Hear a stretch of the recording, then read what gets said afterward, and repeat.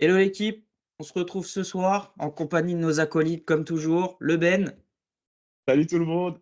Salut, et le salut. Tutur, toujours présent aussi. Bonjour à tous. Alors ce soir, on va parler d'une franchise qui a fait un peu le buzz ces 5 dernières années. Peut-être pas de la meilleure des façons, messieurs. Je tiens à Un peu. préciser qu'il faut rester jusqu'à la fin de la vidéo parce que le Ben aura une petite surprise en fin de vidéo Ah, pour je nous. vous ai préparé un petit truc, les gars. Voilà. Donc messieurs, sujet du jour, sujet du soir, les Brooklyn Nets, c'est quoi la suite? Je passe à l'abattoir ce soir, hein, c'est ça? C'est un peu Ouais, un l'idée. peu. Hein. C'est un peu l'idée, hein. Ah, Je t'as suis pas curieux de choisi la savoir meilleure votre avis, équipe les de la gars. ligue. Hein. Ah, j'ai pas choisi la meilleure, mais écoute, hein, c'est comme ça. C'est comme ça. Les Nets, rien que si on parle de cette année, là vous êtes combien? Vous êtes 11e à l'Est. Vous avez un starter. Le joueur principal de l'équipe, c'est qui? C'est Michael Bridge, qui est arrivé l'année dernière dans le trade de Kevin Durant, Le pont. Mhm. si je Le me pont. trompe pas. Bon, bah, et lui, il est bon. Hein. On va pas. De toute façon, c'est le seul peut-être qui. Enfin, pas le seul. Non, non. Faut pas trop être Ça, c'est méchant faux, non ça. plus. C'est pas le Ça, seul. c'est C'est faux, pas ça. le seul. C'est pas le seul. C'est pas le seul.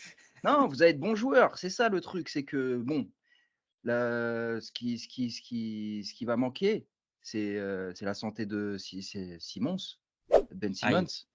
qui lui devrait occuper le poste 1 à temps complet. Enfin, il était là, il était venu pour ça, quoi, à la Ouais. Il est base. venu pour ça, ouais. Et, C'est et complètement au venu pour ça. final, vous avez eu qui? Vous avez eu Spencer Dinwiddie, qui était parti, qui est revenu. Et, et Il est qu'est-ce qu'il a reparti fait? entre-temps. Et là, il est reparti. Et qu'est-ce qu'il a fait? Qu'est-ce qu'il a apporté? Voilà, bon, on va pas spéculer là-dessus sur le futur, etc. Mais quand même, Dinwiddie, là, sur la deuxième fois où il est venu au Nets, c'était pas non plus, c'était pas une machine de guerre. Et pourtant, c'était lui, votre meneur titulaire. Et on l'avait, enfin, il était quand même vu comme un joueur d'avenir, en tout cas sur cette année, quoi. En Mhm. devenir, ouais. Euh, en Ouais. On devenir. était bien content de le Maintenant, récupérer quand il est revenu, une malheureusement. nouvelle ère s'ouvre pour les Nets, l'ère de Encore Dennis une Schroeder. nouvelle, hein. Encore une nouvelle. Bah, après, est-ce que elle est vraiment ouverte encore cette nouvelle ère? C'est ça le truc. Ah non, Pour moi moi, je on a pense un pas, peu hein. encore un entre-deux. L'après Super Team et le renouveau. On est au creux de Mhm. la vague, tu vois. Ils n'ont pas encore réussi à repartir, à se relancer, je trouve. Bah, c'est le bordel complet, hein. On va pas se mentir. Hein. Non, mais faut le dire, faut dire les termes. Faut être. Écoutez, depuis que le Big Three, il est parti, ça change de coach, ça change de tout, ça fait tout, ça fait rien. Franchement, là, on est sur ce podcast. C'est quoi la question? C'est quoi la suite? Et c'est quoi la Mhm. suite, les gars? Vraiment, c'est quoi la suite? Parce que là, on a quoi? La seule chose, le seul futur, on va dire. Qu'on peut qu'on peut voir pour les Nets, c'est la draft de 2029. Parce que regarde, Ah ouais. cette année, vous balancez votre premier tour de draft, vous le balancez à Houston à cause d'Arden. Mmh. Donc déjà cette année, il y aura rien. Mhm. Tu vois. L'année prochaine, ça va être Ouais, il une y a eu année un blanche mauvais call hein, encore. là-dessus, hein. Il y a eu clairement un mauvais call, hein. Je suis d'accord avec toi. Après, le titre, on dit long, hein. C'est quoi la suite? Bah écoute, c'est de la reconstruction sur plus ou moins long terme, hein. Moi, je pense que, comme tu disais tout à l'heure, effectivement, Bridges qui est arrivé en tant que franchise player, enfin là-bas, c'était pas son rôle, mais ça commence à l'être, ou du moins, c'est ce qu'on lui demande. Je trouve qu'il n'est pas seul. Moi, c'est mon humble avis en tant que effectivement supporter des Nets, hein. Mais je trouve qu'il n'est pas seul parce qu'il y a quand même des joueurs qui peuvent l'accompagner sur du long terme s'il y a une reconstruction éventuellement à faire et il faut refaire une reconstruction. Tu as des gars comme Cam Thomas, 22 ans. Je pense qu'il a un très bel avenir devant lui. Donc ça, c'est des joueurs qu'il faut garder. Claxton, pareil. Éviter de faire ce qu'on a fait il y a quelques années, effectivement, quand on a laissé partir les Caris Levert, Jarrett Allen, Spencer Dinwiddie qui pour le coup Ouais, sont revenus, ouais, etc., etc. Mais ce qui Complètement, met vraiment mais les Nets complètement. aujourd'hui, non, c'est exactement ça en fait. Il faut garder ce noyau du moins de ces trois joueurs-là, au moins ces trois joueurs. Je vais venir sur les autres après. Mais ce qui nous met vraiment dedans, c'est ce que tu disais tout à l'heure, Arthur. En fait, c'est le cas Ben Simons. En fait, c'est un joueur qui est arrivé, qui avait le rôle phare des Brooklyn Nets, qui aujourd'hui on ne sait pas vraiment en fait c'est quoi l'avenir de ce joueur. Il a un contrat de Ah, dingue, même un lui, il le contrat de sait dingue, pas, hein. hein. Même lui, il sait pas. Il a un Non, contrat là, mais il a mal au dos, 78 coach, hein. millions, si je vous dis pas de bêtises. Il a, ouais, il a le plus Il a gros encore contrat 40 annuel, millions là. l'année prochaine. Bah ouais, le plus Ouais. gros contrat, et c'est un mec qui a joué 15 matchs cette saison. Alors qu'on voyait ses vidéos cet été, ça met des shoots à 3 points, c'est Le en forme, mais retour. Et sur les 15 le retour, le matchs, mec, il fait mal. sur ces 15 matchs, j'ai regardé, il y a 3 matchs où il joue à peine 15 minutes. C'est pour dire que Ouais. il a Bah rien ouais, fait en fait, cette année, quoi. il est sur un retour sur les 60 premiers matchs de la saison. C'est son retour progressivement. Mais il joue un match sur deux, enfin, même pas un match sur deux pour le coup, vu 15 matchs. Mais Oui. ouais, en fait, on ne sait pas où est-ce qu'on va avec ce joueur. Ça va être très compliqué de le trade, voire quasi impossible aujourd'hui, au vu Mm. de son contrat et au vu de son ratio. Donc, ouais, il faut se baser sur les 3 joueurs qu'on a. Après, en termes de roster et de ce qu'il y a dans le reste de l'équipe, je pense qu'il y a des possibilités de faire et éventuellement trade et faire quelque chose. Maintenant, effectivement, je suis d'accord avec toi, ça va être très compliqué. Bon, on va pas se cacher, ça va être compliqué. Donc, C'est ouais, comme challenging. on dit. C'est challenging, ouais. Mais Ah bah là, on est dans une phase de reconstruction archi compliquée, ouais. Bah, complète. Puis, ouais, non, Ben Simmons, tu pourras le trader peut-être l'année prochaine, quand son contrat il sera un peu plus petit. Comme tu disais, là, il lui reste 2 ans, il est à quasiment 40 millions l'année. Pour ce qu'il est aujourd'hui, c'est ahurissant. Après, ouais, je pense que tu voulais en parler aussi, Ben, quand tu parlais des autres joueurs, là, Cameron Johnson. Lui, c'est votre contrat le plus long encore. En gros, c'est votre plus gros contrat sur la durée, en termes de valeur. Complètement, complètement. Après, 90 il a millions, hein. 28 ans, 90 millions. donc il est censé rentrer, dans la fleur de l'âge, enfin, il est censé devenir un joueur, mature. Quand tu regardes ses stats, j'ai regardé un petit peu, sur, les saisons, il est en train de régresser, hein. En dessous Et de il joue l'attendu, hein, pas il joue pas plus de 30 minutes, il a une clairement, hein. moyenne, de 28-29 minutes par match.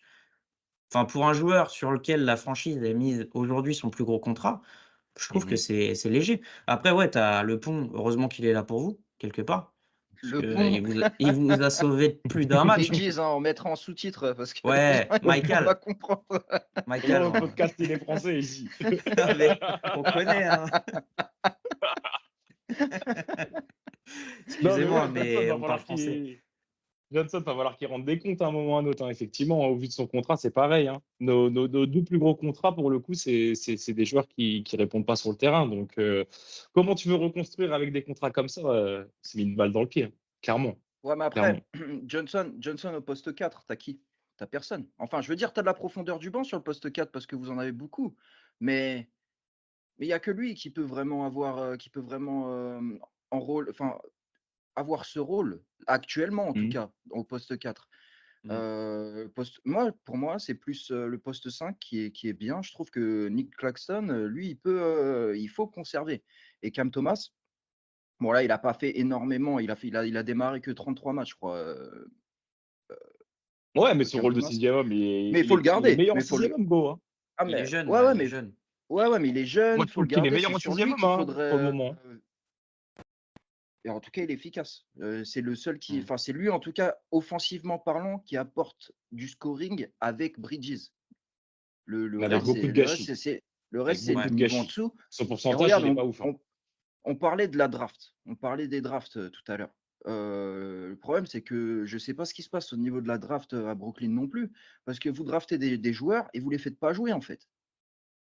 Parce que encore, Parce que- comment il s'appelle le deuxième là, Noah, comment il s'appelle Noah, celui que vous avez drafté. Je sais pas, je mettrai au montage son deuxième nom. Lui, il tombe, il est au poste 4. Il est au poste 4 en fait, lui. Donc, il tombe Noah dans là où Clunet. vous avez de la pro. Ouais, voilà. Il tombe là où vous avez de la profondeur de banc. Donc, d'accord, de pas le faire jouer lui, ça peut se comprendre parce que vous avez d'autres joueurs qui passent devant. Mais par contre, Whitehead, lui, Hmm. il devrait être utilisé. Je suis désolé, frère. Le, le gars n'est pas utilisé. Il a joué quoi? Il a joué 2 matchs, je crois, 3 Mmh. matchs. Il a tout C'est vrai. cassé, gars. C'est un délire. Là, vous draftez des gens, vous les faites pas jouer. Enfin, à un moment donné, Ah, surtout faut quand que tu ça, vois faut le que niveau de ça, l'équipe, tu sais, ça a pas de sens. Tu vois des ça équipes n'a aucun comme sens. Golden State qui arrivent à faire, rentrer des rookies alors qu'ils vivent une saison comme les Nets, tu sais? Ils ont une période vraiment délicate. Tu Miami, nous, c'est pareil, nos rookies, même, des no name, on arrive à te les faire éclore comme never. Et les Nets, Attends, nous, c'est Miami quand même. Il y a quand même ouais, le board, c'est pas le même, hein. on va modérer.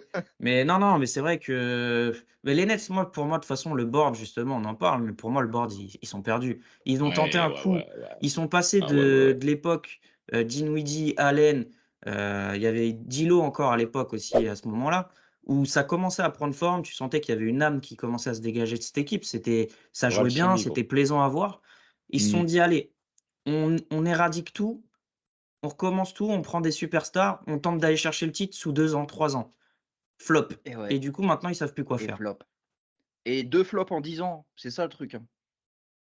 Bon, après, le premier Big Three, c'était des vieux. Ouais, Mais pour moi, en fait, je pense qu'ils sont allés trop loin à partir du trade de James Harden, les Nets. Le trade C'était le trade de trop. la signature de Irving, elle était propre.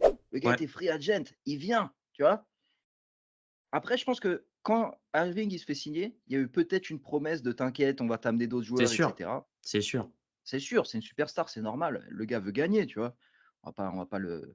Mais à partir de Harden, vous perdez Levert, Allen. Allen, à ce moment-là, c'était le joueur qui apportait le plus en win share de l'équipe, en fait. C'est Mmh. lui qui avait la plus grosse participation sur votre pourcentage de victoire. Hmm. Donc c'est quand All-Star même l'année un dernière, joueur l'année d'après. Hein. Ouais, et un Il part gros au Cavs et joueur. All-Star Mais l'année d'après. et regarde aujourd'hui, Allen, Levert aux Cavs, les gars, ils sont là. Tu vois ce que je Ah, veux mais ça, on le dire? sait. Ça, on le sait. Grave C'est, erreur. On n'aurait jamais dû faire ça. c'est, Jamais. après, pour moi, Et il y a aussi maintenant, le c'est trop truc tard, des. monsieur. Vous pouvez pas C'est savoir que trop ça allait tard, se ouais. terminer comme ça. Bah maintenant, vous avez des tours de draft. Donc voilà, c'est encore. Alors, voilà, vous allez avoir des tours de Et le draft en tour de draft aussi, tu 2027 et vois. 2029, si je me trompe pas. Là, c'est là où vous C'est avez le long. gros du. C'est C'est très, très loin. long. Et dis-toi que, donc, en 2027, si vous choisissez de pas trade ces tours de draft, vous allez avoir des joueurs qui vont être jeunes encore, première année, des rookies, le temps qu'ils éclosent. Hmm. On n'est pas, c'est pas, tout le monde n'est pas Victor Wembanyama, tu vois. ah, c'est Le temps sûr, que C'est faut pour ça ça pas que la attendre le éclose, reconstruction, prochain, elle est hein. délicate. Ah oui, c'est pour ça. Et d'ici 2030, voilà quoi, et c'est dans ouais, 6 c'est ans. compliqué. En fait, et aussi ce qu'il faut savoir avec l'effectif actuel, c'est qu'en fait, c'est que des joueurs qui cherchent à se relancer qu'on a aujourd'hui chez les Nets. Pourquoi? Tu vois, à l'image de Schroeder, par exemple, on parlait tout à l'heure rapidement de lui, mais c'est des joueurs, des Dennis Smith Jr., des Schroeder, des Looney Mmh. Walker. C'est que des joueurs, en fait, qui, si tu veux, n'ont pas réussi à percer plus ou moins dans leur franchise, donc ils cherchent à se relancer dans cette équipe. C'est pour ça que tout à l'heure, tu disais, en fait, les rookies ne jouent pas, les jeunes, les draftés, parce qu'en fait, c'est que des joueurs qui cherchent à se relancer dans notre effectif. Il y a certains noms en fait qui auraient dû éclore plus tôt, qui n'ont pas éclos en NBA et qui pour le coup en fait cherchent à se relancer aujourd'hui, tu vois. Ouais, On a des mais joueurs comme je suis d'accord, mon Ben, hein, mais ça, c'est au coach après de faire le taf. Les joueurs, ils je veulent suis se d'accord. relancer, c'est bien, ils ont raison, hein, mais lancer des rookies, c'est les coachs qui doivent le faire.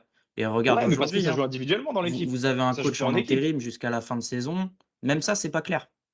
Alors ça parle Ouais, Non. de Bah j'ai vu un non. article là fin février, ça Là, parlait faut tanker, de les gars, faut de tanker. Budenholzer. Budenholzer chez vous, ça serait pas mal, hein, mais est-ce qu'il va C'est bon à vouloir prendre. venir et repartir de zéro comme ça avec rien?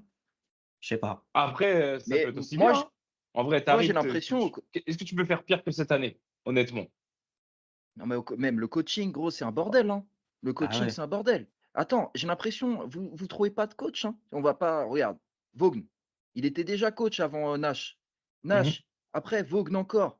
Là, Oli, on sait même pas ce que ça donne vraiment au niveau head coach. Je sais pas, j'ai pas regardé. Ouais, parce que Mais la saison, là, sur les moins de 20 matchs qui va rester, pour le coup, c'est cherche à finir la saison, ça tanque plus ou moins, ça Mais ça Ouais. va pas devrait chercher pas. des perfs aujourd'hui. Excuse-moi, vous êtes 11e. Je Vous sais, êtes je 11e. sais. Vous êtes 11e. C'est quoi Ça la suite? devrait C'est ça pas la bonne tanker. question. Là, là, pour moi, c'est là qu'il faut se battre pour aller chercher une place en play-in. Parce que l'année dernière, ok, en fait, vous bénéficiez du début d'année quand il y a il y a encore tout le monde, quoi. Le début d'année, donc ça apporte Mhm. un boost au niveau des victoires. Et vous finissez la fin d'année un petit peu moins bien. Bon, c'est normal, Mmh. c'était prévu. Mais est-ce que cette année, réellement, sans parler que tu sois fan ou quoi que ce soit, est-ce que cette année, les Nets, c'est normal de les voir 11, 12e, quoi. Moi, je les Absolument voyais pas, gros. enfin, plus Début de saison. en play, Rappelez-vous, début de mais saison, pas. quand on a fait nos prédictions de la saison, hein, on les voyait tous en play-in. Hein. On Toi, reverra Arthur, ses je crois que tu les voyais prédictions en fin de 10e. Hein. saison d'ailleurs. Ouais, on les reverra plus tard d'ailleurs. Mais toi, Arthur, tu les avais mis 10e, Jordan 9e. Mais moi, bon, après, c'est mon côté fan. Tu connais, je les voyais en play-in, mais 7e, tu vois. Tu t'étais énervé Parce que- d'ailleurs. Tu t'étais énervé comme ça quand on avait Ouais, gagné. vous les avez vus, Ouais. vous les avez vus trop bas, j'avais pas apprécié. Mais en fait, avec du recul, je me suis clairement trompé. Pourquoi? Parce que aussi, fourvoyé. voilà. Tu les avais vus Vous trop voyez, haut, du coup. mais fort, les gars. Mais pourquoi je les ai vus haut? Mais parce que mec, il y avait une hype, il y avait un truc. Je me suis dit, ça va être l'année de Simon, il va revenir. Après l'année de Simon, ça tout est relatif. Hein, commencez pas à vous énerver. Mais pour le C'est coup, je sa me suis dit, meilleure il va année des revenir. 3 dernières années. Hein. Ouais, mais mec, ça s'appelle c'est une bonne année, bah, putain. Non, mais voilà, ouais, compliqué, franchement trop compliqué. Beaucoup de joueurs, on n'arrive pas à savoir ce que ça va donner. Pour moi, tu gardes Bridges, tu gardes Claxton, tu gardes Thomas, et le reste, faut chercher à reconstruire. Hein. Faut chercher à construire. Pour moi, il n'y a que ça. Hein. Pour moi, faut que vous stabilisiez déjà le board qui sache dans quelle direction ils veulent aller, le coach, tout le staff, et après prendre une direction commune. C'est un gros boulot, que ce soit clair pour les joueurs. Parce que les joueurs aujourd'hui, ils arrivent, je suis certain qu'ils savent même pas où ils vont. Comme tu disais tout à l'heure, hein, ça rejoint. Ils arrivent, ils veulent se montrer, ils veulent relancer leur carrière. C'est que Mais ça. c'est pas le but d'une franchise NBA aujourd'hui. C'est pas un camp de vacances. Enfin, Ouais, mais il en faut quand même. cette Hein, année, il faut quand même ce genre de franchise. ouais, mais C'est bon, mieux de pour rester ça, en NBA que partir en G-League ou aller en Europe. Hein, pour se t'as relancer. ton Ouais, équipe bah oui. pronostic de l'année, tu tures pour ça. Il y a les Wizards. Hein. Ouais. Équipe à suivre. Hein. Ouais, Non, c'est mais Jordan clairement, Poole ouais, aussi. c'est délicat. Je pense que déjà, si on avait un vrai meneur, ça pourrait aider parce que voilà, poste 5, il est bien couvert. On a beaucoup d'ailiers. Beaucoup de Nice. On a des postes derrière. Beaucoup de Nice. Hein. J'espère que tu me feras mentir hein, pour ceux qui ont vu les autres podcasts. Mais ouais. Déjà partir sur un meneur et reconstruire avec du solide, quoi. Du solide de des mecs qui ont envie, surtout. Pas des mecs qui ont envie de se relancer. C'est ça le problème de cette équipe. Faire la Après, il y a un conclusion. truc qui est bien. Il faut quand même qu'on finisse sur quelque chose de bien avec les Nets. C'est que Bridges, lui, il est quand même en santé. Le gars, il est là. Santé. Physiquement, il est là. Et puis même cette année, au niveau du starting five, du 5 de départ, vous n'avez pas non plus fait 20 000 démarrages. Mais pourquoi? Parce que vous avez des mecs qui sont physiquement, qui sont là quand même. Donc, vous n'avez pas cherché non plus 20 5. Bon, après, c'est sûr que quand tu regardes les mecs qui sont en haut de la conférence, les équipes en haut de la conférence, eux, ils ont leur 5 dès le début et c'est calé, c'est tout. Mais oui, mais après, je pense que comme Joe l'a dit, c'est d'abord, faut que tout le monde en haut réfléchisse de la bonne façon. Coach, important. Il faut absolument un coach là qui signe un contrat de 4-5 ans. Ouais. Là, franchement, c'est ça qu'il faut, gros. C'est pas un gars en intérim, non. Là, si vous voulez voir concrètement le futur, il faut que ça passe par là de toute façon. Clairement. Ouais. Clairement. Non, on verra ça de toute façon déjà cet été, ce qui se passera en termes de mouvement, et puis on suivra les Nets sur les prochaines saisons, hein, mon Ben. On y croit? Bah ouais, hein, j'aurais bien aimé me défendre plus, mais les gars, c'est indéfendable. On est nuls. Que veux-tu? Non, il y a pire. Vous êtes quand même en course, comme on a dit, pour le play-in. On verra si ça le fait en fin de saison. On croise les doigts pour les Nets, en tout cas. On arrive fin de ce sujet, messieurs, sur les Nets. Du coup, Ben, tu avais une surprise pour nous. Ouais, petite surprise, les gars. Un petit jeu pour finir. Qu'est-ce que vous en pensez? Ça peut être sympa. Un petit jeu, j'ai préparé un petit face-à-2. Petit face-à-face. Un petit face-à-face. Un petit face-à-face. Un petit versus. Un versus. Exactement. Il y a 5 versus. Il y a 2 joueurs en face-à-face. 2 joueurs du même poste. Hein, j'ai essayé de prendre. Ancien, récent. À vous de me dire. Ok, c'est parti. De meneur. On commence? Ça vous va? Alors, un petit face-à-face entre Chris Paul et entre Jason Kidd. En tant que GM, vous prendrez qui? Je prends Chris Paul, moi. Moi, je prends Kidd. Chris Paul. Jason Kidd, GM. Ouais. Pourquoi, messieurs? Sûrement un des meilleurs meneurs de l'histoire, Chris Paul. Qu'est-ce que tu veux que je te dise? Je crois qu'il est parmi les meilleurs passeurs de l'histoire. Les deux. Ok, hein. Ouais, les deux, mais je pense que je prends quand même Chris Paul. Moi, j'ai juste une raison simple qui m'a fait pencher vers Kidd. C'est les blessures. Chris Paul, il est jamais là dans les moments décisifs. Ouais, et accessoirement, Jason Kidd, il est quand même champion NBA. Hein. Ouais, voilà. Ça rejoint. Je pense que c'est quand même un détail à pas négliger. Ouais. Non, mais en tout cas, c'est deux très bons meneurs. Ça, Ah bah de toute façon, ouais, deux gros meneurs historiques, c'est sûr. là, il y a pas de débat. Ok, bon bah Il est nickel. allé en finale avec, Avec Dallas, hein. et- Et avec les Nets, deux avec, fois. avec les Nets. C'est ça qu'on allait dire, c'est Avec ça les qu'on Nets parlait, deux fois, c'est ça mais il a qu'on gagné voulait, avec les Dallas, Nets. hein. C'est ça qu'on voulait. Ouais. Non, mais ouais, moi j'aurais dit Jason Kidd, hein, vous vous doutez bien. Mais je voulais voir votre avis là-dessus. Poste d'arrière, c'est pour vous ça. C'est surtout pour je sais pas où est-ce qu'il est, mais pour le mec à côté là. Von Wade contre Allen Iverson. Bonne équipe, messieurs. Ah, là, moi, tu me prends par les sentiments, là. Hein.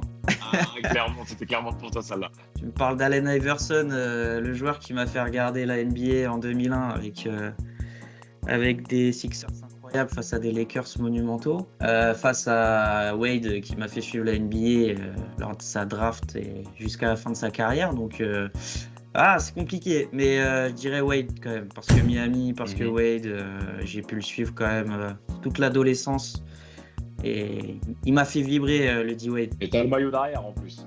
Ah, bien sûr. C'est bête de ne pas dire Wade. Ah, ça. Et toi, mon tuteur?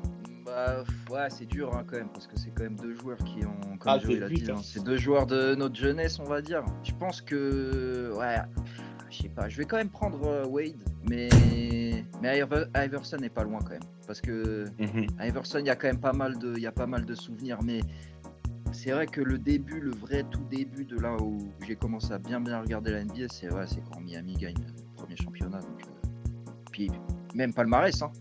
Voilà, on parlait de palmarès avec Jason Kidd. Comment ne pas prendre Wade dans ce cas-là? Ah, Wade, c'est 3 fois champion NBA, 2 finales perdues.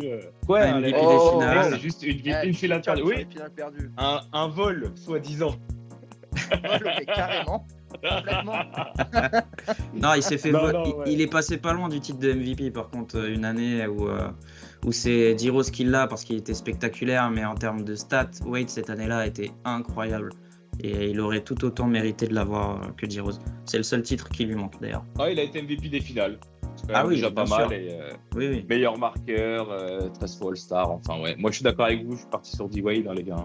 Allen Iverson, les highlights sont beaux, mais ça reste un monstre. Mais D-Wade, c'est quand même un cran au-dessus au vu des titres pour moi. On passe sur un autre poste. Allez. Qu'est-ce que vous en pensez? Au niveau des ailiers, un petit Vince Carter vs Paul Pierce. Qu'est-ce qu'on en pense? C'est quand même deux joueurs différents. Hein. Ouais.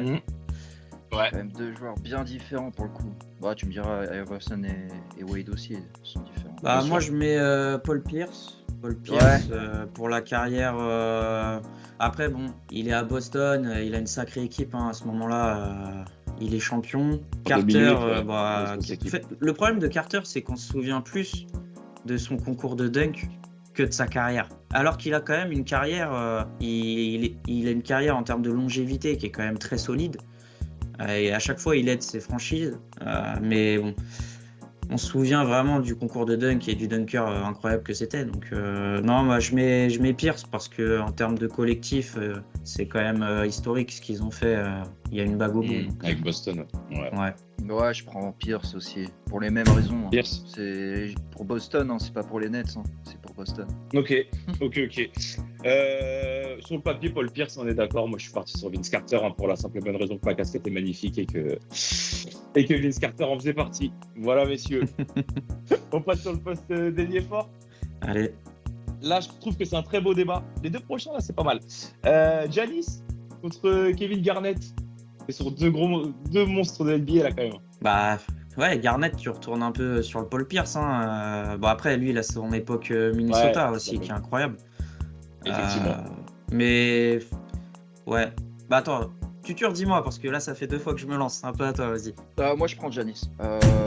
Pour la simple et bonne raison, c'est que Giannis, c'est le patron des Bucks, en fait. C'est lui qui apporte la bague, clairement.